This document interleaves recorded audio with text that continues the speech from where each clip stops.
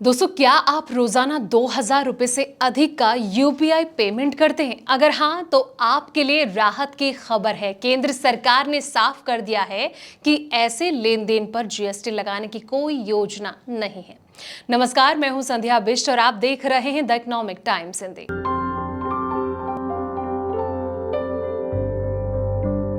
राज्यसभा में पूछे गए एक सवाल के जवाब में वित्त राज्य मंत्री पंकज चौधरी ने कहा कि जीएसटी परिषद ने 2,000 रुपए से अधिक के यूपीआई लेन देन पर किसी प्रकार का जो है जीएसटी लगाने की सिफारिश नहीं की है। यानी कि इस समय ऐसी कोई नीति ना बनी है और ना ही विचाराधीन है। हाल ही में कर्नाटक में व्यापारियों को जीएसटी के नोटिस मिले थे, जो कि यूपीआई ट्रांजैक्शन के डेटा पर आधारित थे।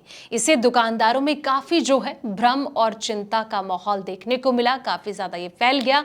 इन नोटिस का कारण ये था कि कुछ व्यापारियों का सालाना टर्नओवर जीएसटी रजिस्ट्रेशन की सीमा यानी कि वस्तुओं के लिए 40 लाख रुपए और सेवाओं के लिए 20 लाख रुपए को पार कर गया था। लेकिन उन्होंने जीएसटी में रजिस्ट्रेशन जो है वो नहीं कराया था।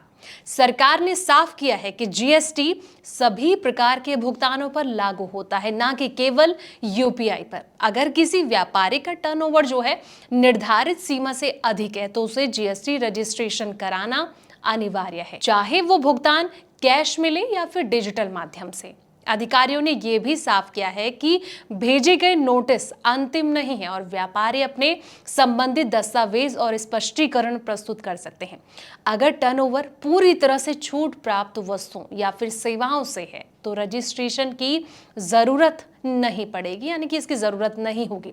सरकार डिजिटल इंडिया और कैशलेस अर्थव्यवस्था को बढ़ावा देने के लिए प्रतिबद्ध है। यूपीआई देश में डिजिटल भुगतान की रीढ़ जो है वो बन चुका है और इसके माध्यम से लेन देन तेजी से बढ़ रहा है। जीएसटी दरें और छूट जीएसटी काउंसिल की सिफारिशों के आधार पर तय की जाती है, ना कि सरकार अपनी मर्जी से लगा सकती है। छोटे व्यापारियों को जीएसटी के नियमों के बारे में जागरूक करने के लिए अभियान भी चलाए जा रहे हैं, ताकि वे अपनी जो जिम्मेदारियां हैं इनको बखूबी रूप से समझ सकें और बिना किसी परेशानी के व्यापार कर सके। संक्षेप में अगर देखा जाए तो डिजिटल पेमेंट करने वाले लोगों को यूपीआई ट्रांजैक्शन पर सीधे जीएसटी लगने की चिंता करने की जो है जरूरत नहीं है। हालांकि व्यापारियों के लिए यह समझना बहुत जरूरी है कि अगर उनका टर्नओवर जो है जीएसटी रजिस्ट्रेशन की सीमा से अधिक है तो उन्हें रजिस्ट्रेशन कराना होगा और लागू जीएसटी का जो भुगतान है वो भी करना होगा, भले ही